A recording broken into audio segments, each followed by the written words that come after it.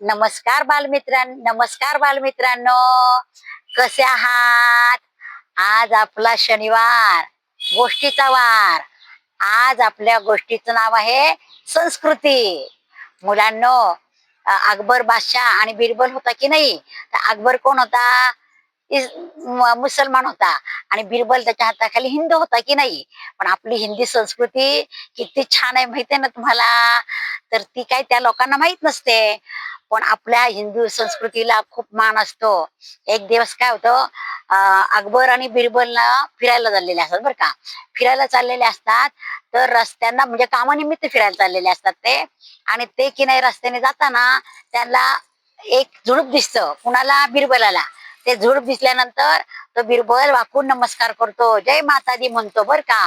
मग त्या बादशाला राग येतो, कशाला नमस्कार केला त्या झुडपाला? तर बिरबल म्हणतो, ती आमची तुळशी माता आहे, ती आमची माता आहे. अरे बिरबल, तुला किती माता आहेत अशा? काय उगाचच माता माता म्हणून नमस्कार करतो? म्हणून राजा ते झुडूप उपटतो आणि फेकून देतो बरं का. फेकून दिल्यानंतर पुढे जातात. पुढे गेल्यानंतर एक खाचखुजलीचं रोपटं असतं बरं का. खाचखुजलीचं रोपटं असतं. तर मग बिरबल म्हणतो, जय पिताजी, तुम्हाला माझा नमस्कार. पण त्या काही बादशाला माहीतच नसतं की ते खाचखुजलीचं रोपटं आहे म्हणून. काय बिरबल, कोणाला माता आणि कोणाला पिता म्हणतोस तू? उगाचच वेडा झालेस की काय? म्हणून तो काय करतो बादशाह, ते झुडूप उपडायला बघतो.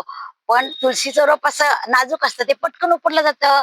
पण खाचखुचलीचं रोपटं पटकन उपडलं जात नाही. असा प्रयत्न करतो, असा असा केल्यानंतर ते खाचखुचलीचं जे असतं की नाही, ते सगळं त्याच्या अंगावर उडतं आणि ते तोडतो आणि फेकून देतो. पण काय होतं, बादशाच्या अंगाला सगळी खाज सुटती. तो वेड्यासारखा खाजत बसतो. अरे बिरबल, काय झालं? अहो, तुम्ही माझ्या माताजींना तुम्ही टाकून दिलं ना उपटून. मग पिताजींना राग आला, म्हणून तुम्हाला ते सुटलं, खाज सुटली. अरे बिरबल, पण आता काय करू? मला खूप खाज सुटली, आता काय करू? मला सांग. मग तो म्हणतो, बरं बरं बघ सांगतो, चला. पुढं नाही गाय चाललेली असते बरं का, गाय. आणि मग काय होतं, बिरबल, जय गोमाता दी, आमच्या बादशाहांच्या अंगाला खाज सुटली, त्याच्यासाठी औषध द्या. असं म्हटल्यानंतर काय होतं, ती गाय शेण टाकते. शेण टाकल्यानंतर बादशाला म्हणतो, बिरबल म्हणतो, आता हे शेण लावा अंगाला, म्हणजे ती खाज थांबेल. बादशाह म्हणतो, शेण? हो म्हणे, त्याच्याशिवाय काय उपायच नाही. मग तो बादशाह सगळ्या अंगाला शेण लावतो.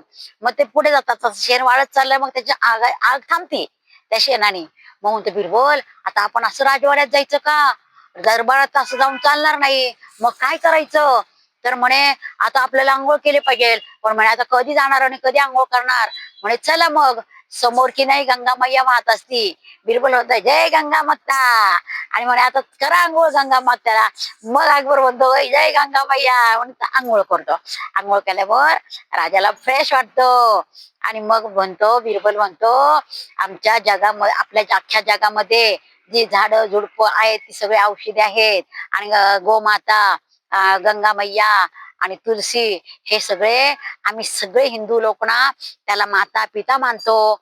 आणि म्हणूनच आम्हाला हिंदू म्हणतात. मग ते प्रत्येक वेळेला आपल्याला उपयोगी पडतात. त्याचं तुम्हाला महत्व कळणार नाही बादशे साहेब. असं म्हटल्यानंतर मनातल्या मनात बिरबल हसतो. म्हणूनच मुलांना आपल्या संस्कृतीत किती मान आहे प्रत्येक गोष्टीला, आहे की नाही? आवडली का गोष्ट? गोष्ट आवडली असल्यास लाईक करा, शेअर करा, सबस्क्राईब करायला विसरायचं नाही. आणि आपली संस्कृती जपायची.